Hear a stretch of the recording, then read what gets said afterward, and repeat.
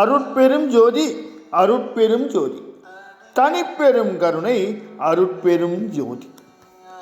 நேற்றைய உரையில் சென்னையை விட்டு வெளியேறுவதற்கு முடிவு செய்த ராமலிங்கம், தேட்டிலே மிகுந்த சென்னையில் இருந்தால் சிலுகுறும் என்றுள்ளும் பயந்தே என்ற பாடலை பாடிக்கொண்டே தில்லை வழி செல்ல சென்னை எல்லை நோக்கி நடந்தார் என்று நேற்று உரையை நாம் முடித்திருந்தோம். வாருங்கள் தொடர்ந்து பார்ப்போம். சிதம்பர சுவாமிகள், சடை சுவாமிகள், வீராசாமி நாயக்கர், தொழுவூர் வேலாயுத முதலியார் ஆகியோரோடு சென்னையை விட்டு வண்டி பாதையாக புறப்பட்ட ராமலிங்கம் இடையில் இருக்கின்ற ஸ்தலங்களை தரிசனம் செய்து கொண்டு புதுச்சேரியை வந்தடைந்தார். அங்கே விஸ்வநாத ஐயர் முதலிய அன்பர்கள் விருப்பப்படி சில நாட்கள் தங்கினார். பின்பு ராமலிங்கம் உடன் வந்தவர்களுடன் அங்கிருந்து புறப்பட்டு வழியில் புதிதாக சேர்ந்த அன்பர்களோடும் தான் பிறந்த ஊரான மருதூர் கிராமத்தின் எல்லையை அடைந்தார். வளைந்தும் நெளிந்தும் மருதூருக்கு செல்லும் குறுகலான அந்த புழுதிச்சாலை ஈரத்தில் இறுகி கிடந்தது. அதன் இருபுறமும் நிழல் தரும் புன்னையும் வேம்பும் பூவரசம் பூக்களும் அங்கொன்றும் இங்கொன்றுமாக இடைவெளி விட்டு தரைய நின்றிருந்தன. சாலையின் இரண்டு பக்கங்களிலும் சிறிய பாசன வாய்க்கால்கள் கரையிட்டு ஓடிக்கொண்டிருந்தன.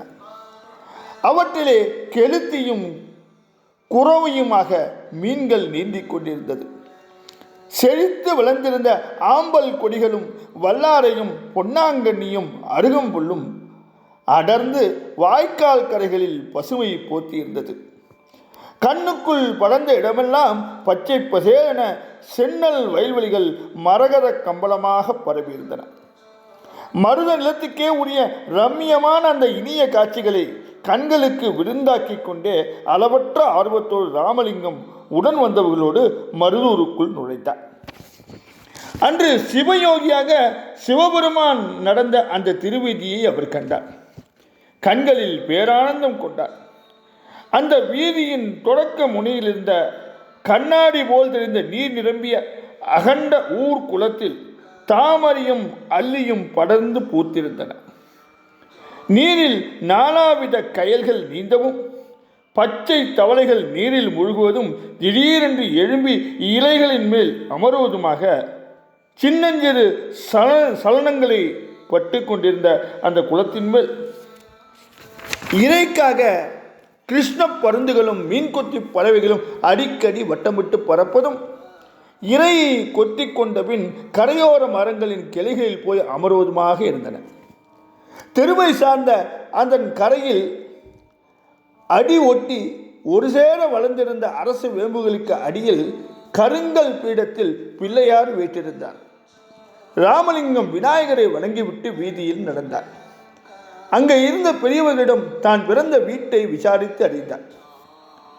இன்று வேறொருவர் உடைமையில் இருந்தது அந்த நாட்டோடு வைந்த அந்த திருவீடு. வீட்டுக்குள் சென்றார். தான் பிறந்த இடத்தை உடலும் உள்ளமும் குழைய குழைய உணர்வெல்லாம் தித்திக்க தித்திக்க கண்ணார கண்டு உண்டு கழித்தார்.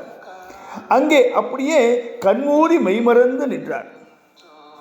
மருதூரில் தான் பிறந்த வீட்டை கண்டு கழித்து மெய்மறந்து நின்றிருந்த ராமலிங்கம் வெகு நேரத்துக்கு பின் தன்னுடைய உணர்வு பெற்றவராக உடன் வந்தவர்களோடு அங்கிருந்து புறப்பட்டு நேராக சிதம்பரம் சீர்காழி வழிகொண்டு புல்லிருக்கு வேலூருக்கு வந்து சேர்ந்தார். வைத்தியநாதர் சன்னதி கோபுரவாசலுக்கு அவர்களுடன் வந்த ராமலிங்கம் சற்று நின்று வழக்கம் போல் அவர்களுக்கு கோவில் வரலாற்றை சொல்லத் தொடங்கினார். அன்பர்களே, தேவார பாடல் பெற்ற 275 ஒன்றானது இந்த புல்லிருக்கு வேலூர் திருத்தலம். இறைவன் திருப்பெயரால் இப்போது வைத்தீஸ்வரன் கோவில் என்று அழைக்கப்படுகின்றது. சடாயு, சம்பாதி என்ற புல்களாலும், அதாவது பறவைகளாலும், ரிக்வேதத்தாலும், முருகப்பெருமானாலும் வழிபடப்பட்டமையால் இது புல்லிருக்கு வேலூர் என்று பெயர் பெற்றது என்று வைத்தீஸ்வரன் கோயில் பற்றி சொல்லத் தொடங்கினார். அவர் வைத்தீஸ்வரன் கோயில் பற்றி விளக்கிய அந்த வரலாற்று நிகழ்வுகளை நாளைய உரையில் நாம் பார்க்க இருக்கின்றோம். அருட்பெரும் ஜோதி, அருட்பெரும் ஜோதி, தனிப்பெரும் கருணை, அருட்பெரும் ஜோதி.